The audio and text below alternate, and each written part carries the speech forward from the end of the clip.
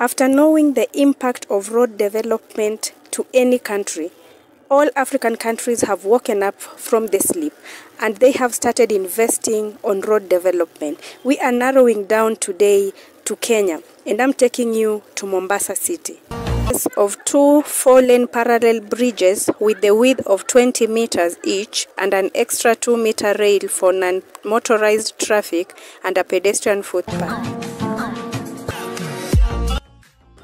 The Makupa Bridge, whose construction was started in April 2021, will link Mombasa Island to the mainland, replacing the current Makupa Causeway that was built in 1929. As we continue, please consider subscribing, like, and also share this video to your friends. And comment down below, let me know your idea about this video. Click on the bell to be notified every single moment if I upload a new video on the road development and any other thing that comes in between. While using the bridge, your security is guaranteed. As you can see, the place is made on concrete, and these are very strong that can make this bridge last for long.